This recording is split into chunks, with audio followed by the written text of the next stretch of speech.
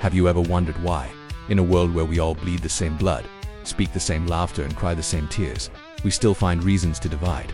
Who started racism? Why did it begin? Was there a moment, a person who invented it, or is it something far more complex and far more disturbing? Before we dive deep into the origin of racism, take a second and look ahead. Think of all the upcoming topics you'd love us to cover. Comment below with your favorite question about racism, justice, or equality that you want us to unpack in our next episode, because Equal Voices Hub is here to make the uncomfortable visible and the invisible heard. Let's begin with what most people misunderstand.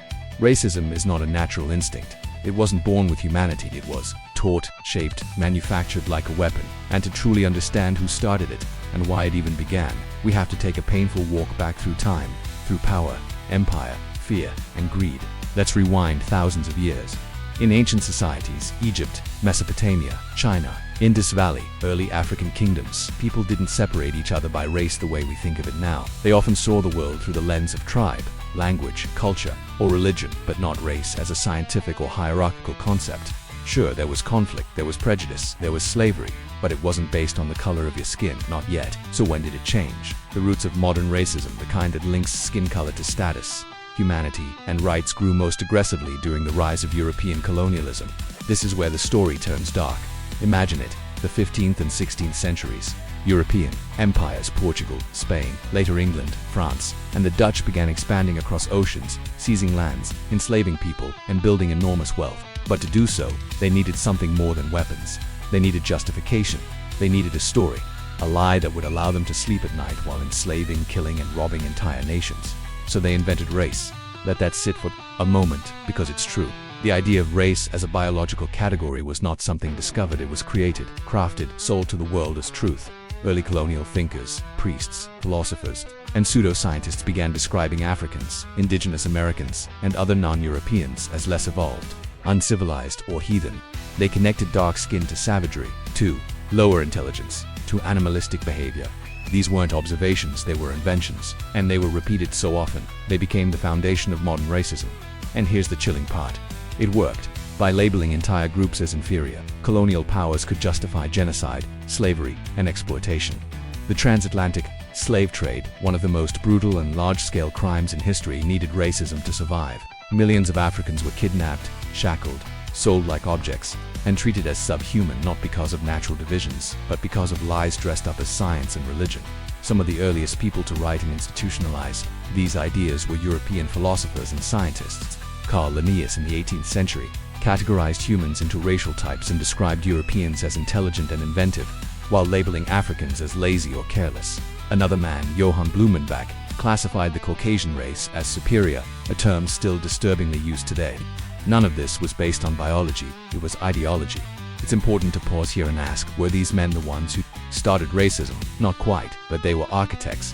They took older human prejudices, the US versus them instincts, and built them into systems, into nations, into textbooks, into laws. They made racism scalable. From there, racism evolved, became embedded in colonial governance, economic systems, education, and later in America, slavery and segregation. What started as an excuse for greed became a permanent poison in the bloodstream of society. But it wasn't just about black and white. As empires grew, they used racism to divide and rule in every direction. The British in India created a racial hierarchy between light-skinned and dark-skinned Indians. In Australia, Aboriginal people were declared part of the flora and fauna, literally categorized as animals. In Nazi Germany, pseudo-scientific racism was used to justify the Holocaust. So no, racism wasn't started by one person. It was started by systems, and those systems were fueled by fear, profit, and control. But here's the truth, they never wanted you to know. Racism is not fixed. It's not eternal. It was built, and anything built can be dismantled. Throughout history, brave voices have risen against it. Abolitionists, civil rights leaders, anti-colonial fighters, educators, artists, they all exposed the lie at the heart of racism. Frederick Douglass, Harriet Tubman, Sojourner Truth, Nelson Mandela, Martin Luther King Jr., Angela Davis, Malcolm X, James Baldwin, Aaron Doughty, Roy Franz Fanon, Audre Lorde. The list continues. And every one of them knew. The fight isn't just against hate, it's against the false history that fuels hate. So let's circle back. Who started racism? It wasn't started by a single person, but by a powerful need to dominate others, a story told to justify empire, slavery, and exploitation.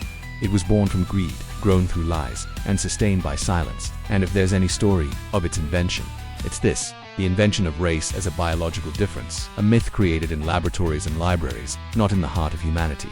Today, that story still echoes. In police brutality in school, textbooks, in job, discrimination, in housing systems, in our unconscious biases. The old machinery of racism still turns quietly, smoothly, efficiently, unless we name it, challenge it, and stop it. But here's the power you have, right now. The more you know this story, the real story, the more you become part of the cure. Because racism didn't begin with nature, it began with narrative, and narratives can change. If you're still with us on this journey, drop a comment below, tell us what truth shook you most, what story in this video made you stop and think, and most importantly, tell us what topics you want us to uncover next. At Equal Voices Hub, we believe in justice through education, in unity through understanding, and in truth, no matter how uncomfortable, as the first step toward healing. So share this video, talk to someone about it, challenge the stories you've been told, because the world doesn't change through silence. It changes through equal voices, finally being heard. This is Equal Voices Hub, and this is just the beginning.